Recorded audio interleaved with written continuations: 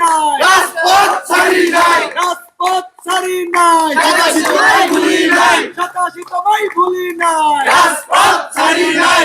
নাটকীয় বৈঠক ছিল, সেখানে আমাদের শিক্ষা উপদেষ্টা আসে নাই এবং আমাদের কারিগরি এবং মাদ্রাসা শিক্ষা বোর্ডের সচিব মহোদয় তিনিও উপস্থিত থাকেন নাই। সেখানে তারা ঘুরে ফিরে ডিজি মহোদয়ের সাথে আমাদের বসা হয়েছিল, সেখানে ঘুরে ঘুরে সেই তার বারবার সময় নিচ্ছে।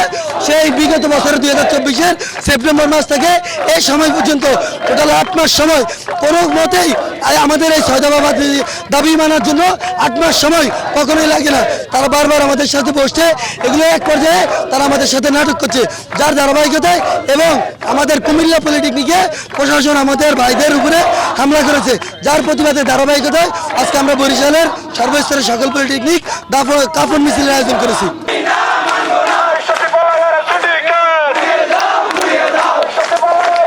সঠিক প্যাড আর সঠিক তথ্য দিয়ে কেশু সামলে নিব এক হয়ে।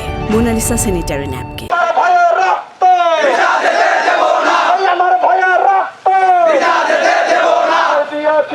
তো আমাদের দাবি হচ্ছে 6 দফা। 6 দফা দাবির প্রথম দাবি হচ্ছে জুনিয়র ইনস্ট্রাক্টর পদে ক্রাফট ইনস্ট্রাক্টরদের 30% প্রমোশন কোটা বাতিল করতে হবে, যেটা অবৈধ প্রমোশন রাতের আধারে দেওয়া হয়েছে, এটা বাতিল চাই আমরা। তারপরে আছে ডিপ্লোমা ইঞ্জিনিয়ারিং কোর্সে যে কোনো বয়সে ভর্তি সুযোগ বাতিল করতে হবে। কারিগরি সেক্টর পরিচালনায় পরিচালক, সহকারী পরিচালক, বোর্ড চেয়ারম্যান, উপসচিব, পরীক্ষা নিয়ন্ত্রক, অধ্যক্ষ সহ সংশ্লিষ্ট সব পদে কারিগরি শিক্ষা বহির্ভূত জনবল নিয়োগ নিষিদ্ধ করতে হবে। তারপরে আমাদের কালকে কুমিল্লায় যে বর্বর হামলা চালানো হয়েছে, সেই হামলার আমরা যথার্থ বিচার চাই। একটি 6 দফা দাবি নিয়ে রাস্তায় নেমেছে, দীর্ঘদিন ধরে আমাদের হেয়মান্যতা করছে।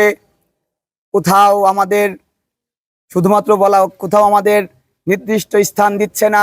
তারা মৌখিকভাবে সব জায়গায় বলছে তোমাদের দাবিগুলো মেনে নিব, কিন্তু কোনো লিখিতভাবে কোনো কার্যক্রম তারা দেখাইতে পারে নাই।